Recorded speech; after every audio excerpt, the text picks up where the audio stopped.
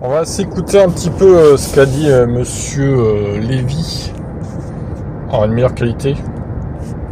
Puisque, oui, effectivement, il y avait un écho sur la précédente vidéo. Alors, je vais essayer de mettre le téléphone de façon à ce que vous m'entendiez à peu près. J'espère que ça va aller comme ça. Voyons. Et à vrai dire, il y en a même deux principes. Et pour qu'on comprenne tous bien et qu'on identifie ces deux problèmes, il faut d'abord passer en revue les avantages et les inconvénients. Ce que je vais vous dire est actuellement observable, dans le sens où la technologie évolue tellement vite que peut-être dans quelques années ça sera obsolète. Mais pour l'instant, on en est là. À mon sens, le premier et principal avantage de la voiture électrique aujourd'hui, c'est l'économie d'usage. Je peux techniquement pas vous dire que le prix est un avantage, parce que les voitures électriques sont encore aujourd'hui plus chères que les homologues thermiques. Mais le coût à l'usage est incroyablement bas. Idéalement sur les heures creuses, vous pouvez largement atteindre moins de 2 € aux 100 bornes, 100 km de distance, moins de 2 € de carburant. Si on prend l'exemple d'une Renault Clio diesel, qui est déjà une voiture économique, c'est à peu près 5 litres au 100. 5 litres au 100 en ce moment à 2 € le litre, 10 € les 100 bornes. On peut aussi souligner les frais d'entretien des voitures électriques qui sont incroyablement faibles par rapport aux voitures thermiques. Une voiture thermique, même petite et économique, c'est beaucoup de pièces en mouvement dans le moteur, un embrayage, un alternateur, un démarreur, une pompe à eau, une distribution à changer régulièrement. Toutes ces pièces qui ne sont pas dans une voiture électrique. Et c'est factuel de dire que sur du moyen terme, une voiture électrique, c'est ultra économique en entretien. En plus de ça, l'une des particularités des voitures électriques modernes, c'est de récupérer leur énergie au freinage. C'est-à-dire que plutôt qu'utiliser des freins, c'est-à-dire une pièce qui s'use au freinage, tu utilises la résistance du moteur et en plus tu recrées de l'électricité avec. Et cet effet de régénération déjà économise les freins puisque tu t'en sers pas. Et aussi, on le sait moins souvent, les pneus, à la condition de l'emmener gentiment. En général, une voiture électrique va faire durer ses pneus plus longtemps qu'une voiture thermique équivalente. Et quand tu cumules la consommation qui est extrêmement faible, l'entretien qui est extrêmement faible et le contexte fiscal qui est très favorable aux voitures électriques, aujourd'hui une voiture électrique c'est incroyablement économique. Même à l'éthanol, tu ne peux pas atteindre des coûts d'usage aussi faibles. On peut souligner aussi en autre avantage les perfs. Aujourd'hui, la plupart des voitures électriques sont incroyablement performantes. Et oui, ça pousse. Aujourd'hui, nous donne des voitures 5 places, pratiques, plus performantes qu'une Veyron, plus économiques qu'une Veyron et plus fiables qu'une Veyron. Si t'enlèves quelques petits détails, 3 fois rien, genre le luxe, le raffinement, le plaisir d'avoir une voiture avec un W16, une Tesla S-Plaid, éteint une Bugatti Veyron. Tu marches plus fort qu'une Veyron pour 1 milliard de fois moins cher. Troisième avantage à souligner au crédit des voitures électriques, c'est que globalement, c'est des voitures fiables. On a longtemps eu peur et on entend encore souvent parler aujourd'hui des batteries des voitures électriques qui, au bout de quelques années, meurent et coûtent le prix de la bagnole à remplacer. D'accord, d'un côté, ça t'a rien coûté en carburant, ça t'a rien coûté en entretien, mais dans 3 ans, la voiture faut l'acheter. Donc bon, et je vais peut-être vous décevoir, mais ces idées reçues sont plutôt fausses. Et une petite pub pour fêter ça, évidemment. Ah, bah jusque-là, le son des pubs est beaucoup plus fort que le son de la vidéo, c'est dingue. Et pour le coup, là, il a plutôt raison dans ce qu'il dit, hein. C'est des avantages réels. Donc, pour l'instant, rien à dire sur la vidéo. Allez, on continue. Du coup, ignorer. Les voitures électriques récentes sont globalement super résistantes au vieillissement. Aujourd'hui, au moment où je vous parle, c'est pas rare de voir une voiture électrique perdre 10% de sa batterie en 200 000 km. D'un côté, je suis d'accord avec vous que 10% de batterie en moins en 200 000 km, c'est chiant, mais c'est chiant d'avoir une voiture qui est de moins en moins performante. Mais déjà, c'est le cas avec les voitures thermiques. Parce que la plupart des voitures thermiques vont aussi perdre un peu en performance au fur et à mesure des années, et surtout, c'est pas beaucoup. C'est-à-dire qu'en 200 000 km, ce qui est déjà un kilométrage relativement rare, tu as encore 90% de la batterie. L'usure des batteries n'est pas quelque chose de linéaire, il y a plein d'autres conditions qui rentrent en compte, mais si on suit ce raisonnement, à 400 000 bornes, c'est 20% de batterie en moins. C'est-à-dire qu'à 400 000 bornes, il t'en reste 80%. À 600 000 bornes, 70% de batterie. Combien de voitures thermiques font 600 000 bornes? Presque aucune. Bien sûr, les voitures électriques ont d'autres problèmes, et t'as plein de voitures électriques qui claquent avant des 400, 500, 600 000 km. Mais dans l'ensemble, il faut reconnaître que c'est des voitures fiables. Le quatrième argument qu'on peut mettre en faveur des voitures électriques, c'est l'aspect écologie, puisqu'on va s'attaquer, encore une fois, une idée reçue, mais les voitures électriques, dans l'ensemble, en moyenne, sous conditions, sont globalement plus écologiques qu'une voiture thermique équivalente. Et avant que vous mettiez un commentaire désobligeant, je parle ici d'une moyenne et surtout de conditions pour la rendre écologique. Si on part d'un mix électrique bas carbone, comme on peut avoir en France avec notre énergie nucléaire, on peut considérer qu'une voiture électrique dans sa vie va émettre 80% de CO2 en moins. Je précise quand même que cette constatation marche chez nous, parce que notre énergie est assez peu coûteuse en CO2. C'est pas le cas forcément dans le reste du monde. Et peut-être qu'en dernier avantage qu'on pourrait souligner et qui est moins axé sur nous directement consommateurs, c'est la non-dépendance à des tiers. Aujourd'hui, l'énergie fossile, qui est le pétrole, est 100% détenue par d'autres gens qui potentiellement ne nous aiment pas. Ou inversement, potentiellement, on les aime pas. Ce qui nous amène au prix à la pompe que vous avez constaté dernièrement, c'est chiant dépendre des autres. Et en attendant, c'est un avantage qu'on peut donner aux voitures électriques, c'est que la voiture électrique, elle dépend de centrales qu'on a chez nous. Et maintenant qu'on a donné tous les avantages, on arrive aux inconvénients, parce qu'il y en a quand même. J'ai essayé de les classer en ordre d'importance, et je sais que ce classement n'engagera probablement que moi et quelques-uns d'entre vous, mais il n'y a aucune passion dans la voiture électrique. Je suis 100% aucune passion, cette pile. Que c'est ridicule, voire singeste. C'est une pile. Une voiture qui fait du bruit et de la fumée, c'est marrant. Je trouve ça marrant. C'est rigolo. Une voiture qui fait du bruit, c'est rigolo. Une voiture qui vit, c'est rigolo. Une voiture avec un V12, merde. La voiture thermique, elle a le V12 et le sourire. La voiture électrique, elle a le rien du tout et on sent bien. Je suis. Bon, alors, ceux qui peuvent acheter un V12, ils ont les moyens de payer l'essence aussi. Du coup, monsieur Lévy. Et c'est marrant, 5 minutes. Je suis d'accord que le parc Astérix, c'est super. J'y vais avec grand plaisir et c'est trop bien. Je vous invite à y aller, mais c'est marrant. Une journée. Ça, je pense que c'est une nuance que pas mal de propriétaires de voitures électriques qui en général ont jamais eu une voiture thermique un peu sympa avant ne comprendront jamais. Et en soi, c'est vrai qu'il y a des voitures électriques qui poussent super fort, voire même plus fort des voitures thermiques équivalentes. Mais la passion, c'est pas ça. Dans une voiture et même par extension dans tous les véhicules qui existent, la performance est un critère de passion. Il y a plein de voitures qui sont passionnantes parce qu'elles sont performantes, mais pas que. Vas-y, il fait du stop là. La voiture thermique, c'est un truc qui s'illustre sur plein de points. Les vibrations, le bruit, l'odeur, les secousses, la vie en fait. Ce qui crée écrasez-le. C'est d'avoir une voiture qui est vivante. Il y a plein de voitures passionnantes. Ah, les voitures sont vivantes. J'aimerais qu'on s'arrête là, évidemment. Ça, c'est pas vivant, ça. Non, ça, c'est pas vivant, d'accord? C'est un tas de ferraille qui roule. Ce n'est pas vivant, monsieur. Arrêtez. Aucune voiture... Une voiture, c'est une machine. Ce n'est pas vivant. Ça n'a pas d'âme. Arrêtez avec ce délire-là. Les prothermiques, là. Ce n'est pas vivant, un thermique. Ça qui arrive, c'est une C3. C'est pas vivant, ça. Ça, c'est pas vivant. Non. Ça, c'est pas vivant. C'est une machine qui roule. Ça, là-bas, là, c'est quoi? C'est un Peugeot Partner, un truc comme ça? C'est pas vivant non plus, ça. Ben non. Quel plaisir il y a à conduire ça? Ça, c'est quoi? Une Corsa, je crois? C'est pas vivant non plus, ça. Arrêtez. Stop. Vente. Je vais me permettre une comparaison un peu triviale, un peu crasse, mais au moins j'espère que ça illustrera un peu la passion du thermique. Dire que la passion de la bagnole se résume à la performance, c'est comme dire que faire l'amour se résume à mettre dans un trou. Voilà, alors je suis désolé, c'est grave, c'est exactement ça. Faire l'amour, c'est un ensemble, c'est des sensations, c'est une alchimie, c'est une connexion, c'est un échange. C'est parfois des odeurs aussi qui sont pas forcément très joyeuses, mais c'est un tout. C'est ça la passion, c'est ça l'amour, et la bagnole thermique, c'est pareil. Je sais qu'on a deux doigts de la mécanophilie, mais c'est pareil. Je passe l'année sur cette chaîne à vous présenter des bagnoles dans tous les sens qui parfois ne sont pas performantes et qui pourtant sont passionnantes. Et je suis désolé, mais pour moi, aujourd'hui, la voiture électrique n'arrive pas à être passionnante. Il y a plein d'avantages. Bah si. Pour lui, peut-être pas, mais pour d'autres, si, en fait. Il a mis dans son visuel une Dacia Logan. Alors oui, je montre pas les images parce que Bump, la société de production, m'a striké. Enfin, elle m'a démonétisé la vidéo que j'ai faite d'1 heure. Là. Voilà, super. Donc je montre pas les images. Mais bon, là, il a montré une Dacia Logan. Est-ce que c'est passionnant, une Dacia Logan? Je suis pas sûr, quand même. On est loin d'être passionnant. Ça peut être super performant, voire plus qu'une Bugatti Veyron, c'est pas passionnant. Et je précise au passage que je suis le premier à souligner que certains moteurs thermiques ne sont pas passionnants. T'as plein de moteurs thermiques quelconques qui mériteraient d'être remplacés par des moteurs électriques. Typiquement, un 1,5 DCI 90 de Renault Clio.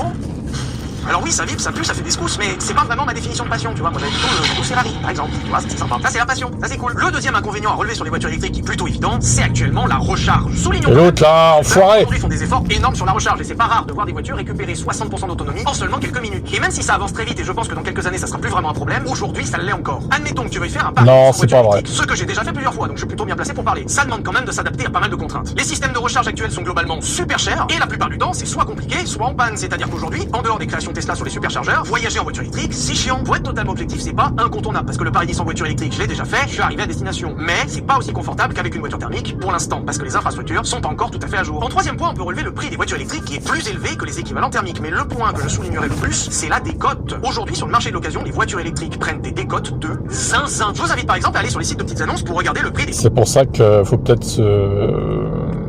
s'acheter une voiture électrique d'occasion pour commencer, voilà. Il y a des bonnes affaires, oui, ça décote pour ceux qui en ont une. Mais du coup, pour les acheteurs, c'est très bien, au final. Il faut sauter sur l'occasion. Taycan, des Renault Zoé ou encore des Tesla Model 3, il y a des cotes et il y a chute libre gouffre. Là, c'est un gouffre. Quand tu vois le prix de certaines Model 3 sur le bon coin, vu que les avantages fiscaux sont donnés aux acheteurs de voitures neuves et vu que la technologie avance assez vite, la demande en occasion est faible, voire très faible. T'as des Tesla Model 3 au prix d'une Clio neuve. Alors elles ont un peu de borne, je suis d'accord, elles ont pas toute leur batterie. Mais putain quand même. Et autant la décote c'est un avantage pour l'acheteur, autant quand t'es vendeur. Sincèrement, si aujourd'hui je devais acheter une voiture électrique, l'un des trucs qui me retiendrait le plus, c'est la décote. Il y a un autre inconvénient qu'on peut relever sur la voiture électrique, même s'il est en train de se solutionner. Je pense la Dacia derrière, je vais la tracer là. Mais l'autonomie pas de passion, hein. Je compte sur vous. Voilà, je suis déjà en excès de vitesse. Voilà. Précise que dans quelques un peu dans le même registre que l'autonomie, mais on peut aussi souligner le recyclage des batteries électriques qui aujourd'hui est pas encore tout à fait au point. Alors je vous parle, la filière du recyclage de la batterie électrique est en train de faire d'énormes progrès, mais dans les faits, là maintenant, c'est pas vraiment au point. Hein. Anecdote un peu personnelle, mais pour les besoins de chaîne Himalaya, on achète souvent des bagnoles à des casseurs qui sont super emmerdés des batteries. Parce que l'un des problèmes qu'il y a actuellement, c'est que la plupart des entreprises ne reprennent pas les batteries de voitures électriques. Actuellement, partout en France, t'as plein de casques qui sont... Je vais ralentir un peu ma voiture parce que il reste encore 10 minutes de vidéo. Qui compense l'avantage de l'autonomie énergétique, c'est que pour fabriquer des batteries, on a besoin des autres encore. Aujourd'hui, avec la technologie actuelle, un pays comme le nôtre n'est pas capable de fabriquer des batteries en grande série sans avoir besoin de ses voisins. Actuellement, les batteries modernes des véhicules électriques embarquent des métaux qu'on ne trouve qu'à certains endroits du monde. Les petits Africains. Et c'est aussi pour ça que ce sujet est dans les mines. Le recyclage. Si on arrive à recycler les batteries et à garder les métaux qui sont difficiles à approvisionner, on arrivera à refabriquer des voitures électriques plus facilement et à devenir plus autonomes. Mais s'il fallait souligner un dernier point qui, à mon sens, est un vrai inconvénient aujourd'hui à la voiture électrique, c'est la fracture sociale. Aujourd'hui, la transition à la voiture électrique est subventionnée par pas mal d'aides et de bonus. Sauf que les voitures électriques restent super chères. Et la tranche de la population qui a les capacités de recharger la voiture à la maison, c'est-à-dire en général une maison individuelle, c'est aussi la tranche de la population la plus riche. Et on est dans une situation qui est un peu ironique où l'ensemble des contribuables subventionnent la transition à la voiture électrique pour les plus riches qui n'ont pas besoin. Alors ça, j'avais commenté hier dans ma grosse vidéo, c'est pas forcément vrai, il y a des propriétaires qui sont pas forcément riches. Hein. Des maisons, t'en as à tous les prix.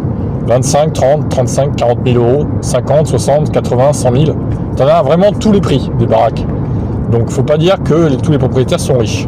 vit dans un HLM au 8e étage. Typiquement, cette famille qui aurait besoin d'une subvention à la voiture électrique ne peut pas recharger sa voiture électrique, c'est pas vrai. Toutes les bornes. Mais oui, en appart, c'est compliqué, c'est sûr. En panne, soit super cher. La plupart des logements sociaux ne peuvent pas installer de bornes sur le parking de la résidence parce qu'il n'y a pas de parking. Et dans les faits, la plupart du temps, les gens qui vont acheter une voiture électrique aujourd'hui, c'est des gens qui ont une maison ou un parking et une borne à disposition. Donc des gens qui, pour la plupart, n'ont pas besoin de la subvention. Et ce serait aussi omettre au passage que le seul frein à l'achat d'un véhicule électrique serait une subvention. Parce que dans la réalité, il y a plein d'autres freins. Déjà, subvention ou pas, la voiture est toujours super chère. Je suis désolé, hein, c'est toujours des bagnoles à 20 000 balles. Hein. Et c'est très loin d'être tout le monde qui a 20 000 balles à mettre dans une bagnole, subvention ou pas. C'est omettre aussi que la plupart des voitures électriques accessibles entre il y a aussi des thermiques à 20 000 euros, monsieur. Ils ne peuvent pas être la seule voiture du foyer. Il faut reconnaître quand même qu'il y a eu des tentatives ces dernières années, notamment avec le leasing social. Initiative qu'il faut quand même saluer où certains foyers les plus défavorisés se sont vu offrir un leasing de voiture électrique ultra avantageux. Et si sur le papier ça peut sembler être une très bonne idée, dans les faits, ça solutionne toujours pas que si t'es au 8e sans prise, bah t'es baisé, hein. Et en plus de ça, les premières itérations du leasing social en 2024 et 2025 ont été plutôt des échecs parce qu'il y a eu pas mal d'abus. Et maintenant qu'on a passé en revue l'ensemble du sujet de la voiture électrique, on a passé en revue l'histoire, les avantages, les inconvénients, on en arrive enfin au titre de cette vidéo, le problème. Ah putain, une pub encore, c'est insupportable. Votre crème hydratante vous semble-t-il? Oh là là là là. Bon, la Dacia derrière école, hein. Bah ouais. Et il est passionné de voiture thermique, lui, en conduisant une Dacia, sûrement. C'est une passion, hein, de conduire une Dacia, finalement. Bah oui. C'est surtout un choix que les gens n'ont pas spécialement, parce que c'est fiable et que c'est robuste et que c'est pas cher. Voilà pourquoi ils conduisent une Dacia, en fait. Hein. C'est pas par passion, hein, du coup. Hein. Je pense pas. Hein. Sinon, ils prendraient autre chose. Hein. Très clairement. Bon, après, faut reconnaître qu'il a listé pas mal d'avantages pour l'instant. Allez, on continue. Ouais, les VTEC, ça paraît pas, mais c'est super fatigant à tourner. Déjà parce qu'il y a un nombre d'infos incroyable. Et vous vous rendez pas compte parce qu'il y a plein de commentaires qui disent oui, Sylvain, tu hurles à la caméra, tu nous gueules dessus, mais je me gueule moi-même dessus. Parce que derrière cette caméra que vous voyez, il y a un mur et le mur me renvoie mon propre son. Là, j'ai un stream, dans 40 minutes, je suis rincé. Et on s'en fout. Et du problème de la voiture électrique. Je vais vous parler très sérieusement, très premier degré, je vais dire les termes et je vais peut-être même m'engager au passage. Le vrai premier problème, à mon sens, que représente la voiture électrique, c'est de voir la voiture électrique comme une solution unique. Je vous parlais à l'instant de Volvo qui, il y a quelques années, voulait basculer toute sa gamme en électrique. Bah, solution unique, qu'est-ce que tu vois d'autre? Thermique, carrément, interdit le thermique. Ça fait quelques années qu'on nous rabâche que l'ultime solution, la seule, la divine solution, c'est la voiture électrique. Il n'y a rien d'autre. Le vrai problème que j'ai avec ce constat-là, c'est qu'on refait la même erreur qu'on a fait il y a seulement quelques années avec le diesel. Et le pire dans tout ça, c'est que le problème du diesel qu'on a vu pendant longtemps comme la réponse absolue, il fallait que tout soit dieselisé. C'était il y a 15 ans, le Dieselgate, c'est il y a même pas 10 ans. Ce qui nous a amené à avoir ce problème avec le moteur diesel à l'époque, c'était ce côté absolu. Il n'y avait aucune nuance dans le débat. Tout devait être diesel. Et qu'on parle diesel et électrique, ça n'a aucun sens. Il faut quand même se rappeler qu'à l'époque, l'aberration du moteur diesel est allée jusqu'à fabriquer la Smart Diesel, l'engeance du diable, le moteur diesel qui est amorti sur des longues distances, qui est adapté uniquement. Comment il colle? Regardez, il s'est rapproché la Dacia. Faut doubler, monsieur. Hein. Fais chauffer le moteur de la Dacia là. Que la voiture électrique ait des avantages. Je suis d'accord, je comprends. Qu'une partie du parc automobile qui n'a pas forcément. On voit presque sa plaque, ça veut dire qu'il est presque très proche. Mais de voir l'électrique comme une réponse absolue et que tout le monde doit passer à ça, peu importe ses moyens, peu importe son usage, peu importe ses problèmes, peu importe ses moyens de recharge, c'est une connerie. La voiture électrique est une solution, mais une solution partielle. Et quelles sont les autres solutions selon lui alors? Aujourd'hui, les décideurs ne il n'a pas dit ça. Hein. Unique, c'est-à-dire comme si on avait tous le même. Et c'est. Il n'a même pas parlé de l'hydrogène. Il sait que c'est de la merde. C'est pour ça. Par rapport au fait que l'automobile répond à plein de besoins, tu ne peux pas avoir qu'une solution. C'est pas possible. Certaines voitures doivent fonctionner dans l'idéal à l'électrique, mais certaines voitures. Ah, ça y est, la Dacia se chauffe. Wow, wow. Oh là là, ça c'est la passion. Dacia Logi. C'est la passion, les gars. Vraiment, ça c'est la passion, ça. Bah non. Bah non. Ça c'est pas la passion. C'est 50 kW maximum. Et avec ces 780. Oui, alors le coût du camion là, 200 km d'autonomie, 8 tonnes. Hein.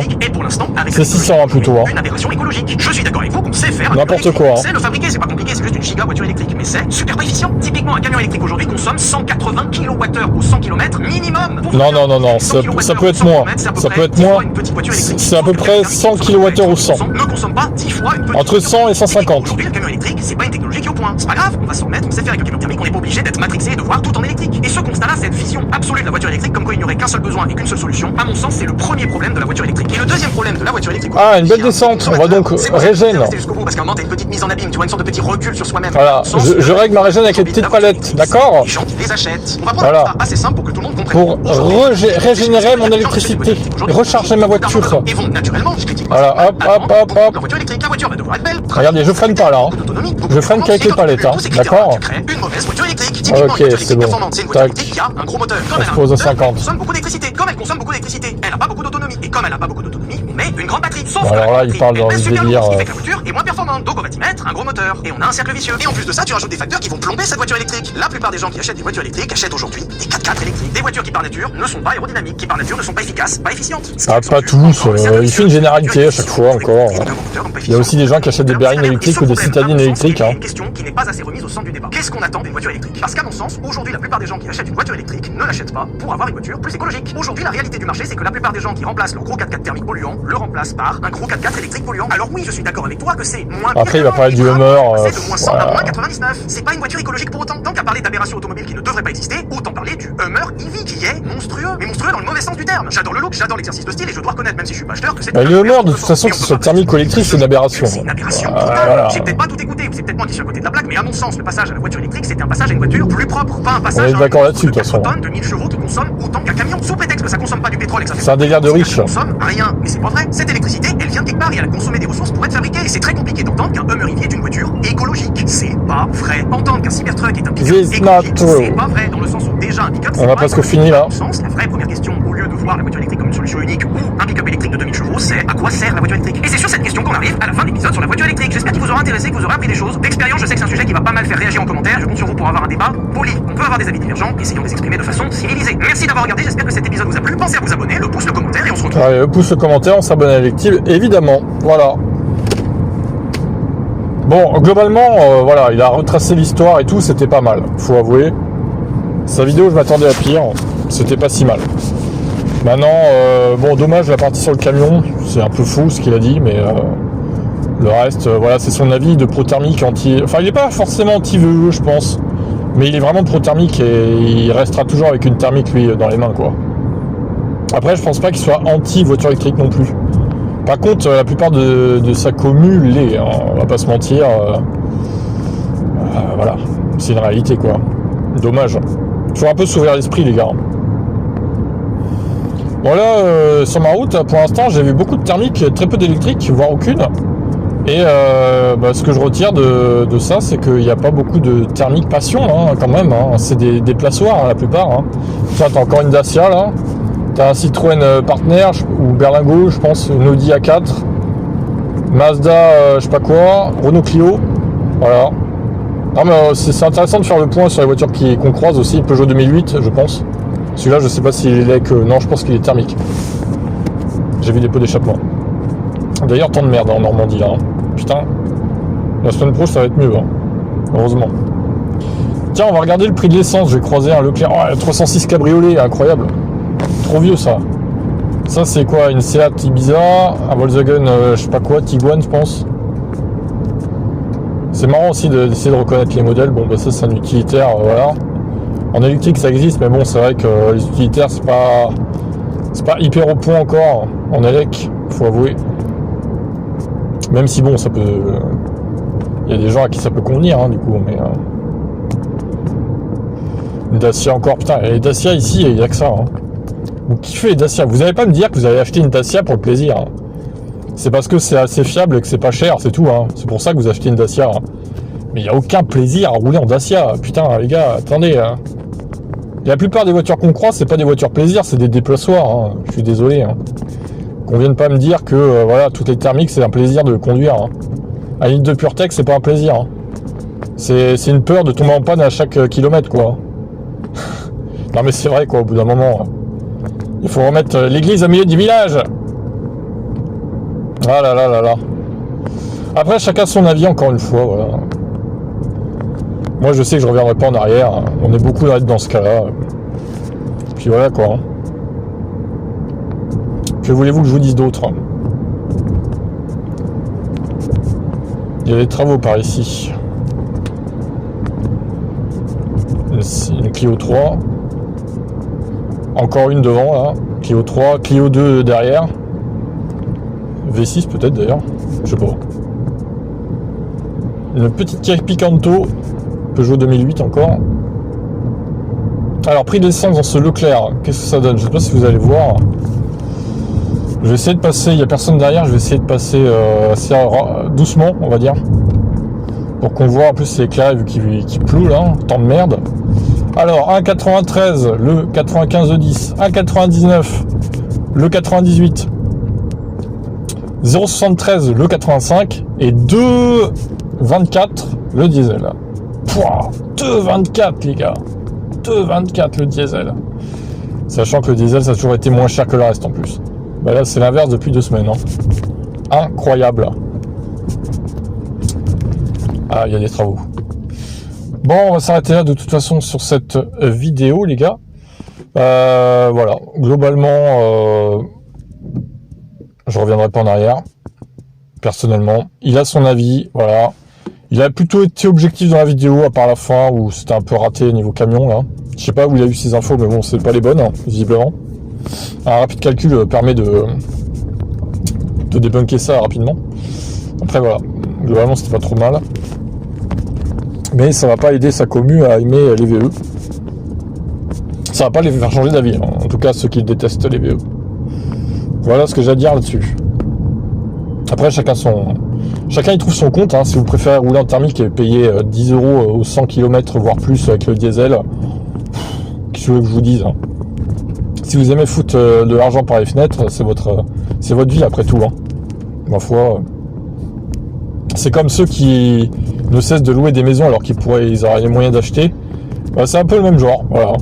Alors je ne parle pas de ceux qui n'ont pas le choix, d'accord, encore une fois. Mais ceux qui ont le choix d'acheter, qui ont les moyens d'acheter, de faire un crédit, etc., ou de payer comptant une baraque même pas très chère, et qui continuent de louer, je comprends pas en fait la logique. Foutre de l'argent comme ça par les fenêtres chaque mois, voilà, c'est le même principe pour moi. Sur ces bonnes paroles, je vous laisse. Bye bye.